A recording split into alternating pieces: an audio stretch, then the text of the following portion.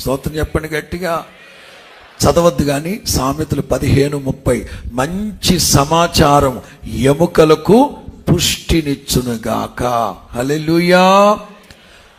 ఎముక, యోసేపు ఎముకలు మనకు నిరీక్షణని కలుగు చేస్తాయి. ఏమిటా నిరీక్షణ అంటే దేవుడు చేస్తారు, దేవుడు నడిపిస్తారు, దేవుడు చేయి విడిచిపెట్టడు, దేవుడు మనల్ని పోషిస్తాడు. ఎట్లా పోషించారు వాళ్ళని?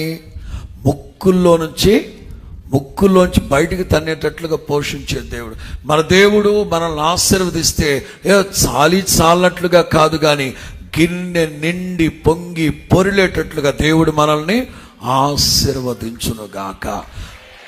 40 సంవత్సరాల నిడివిలో అనుక్షణం ఈ పెట్టిలో నుంచి యోసేపు ఎముకలు మాట్లాడుతూనే ఉన్నాయి. ఏమని?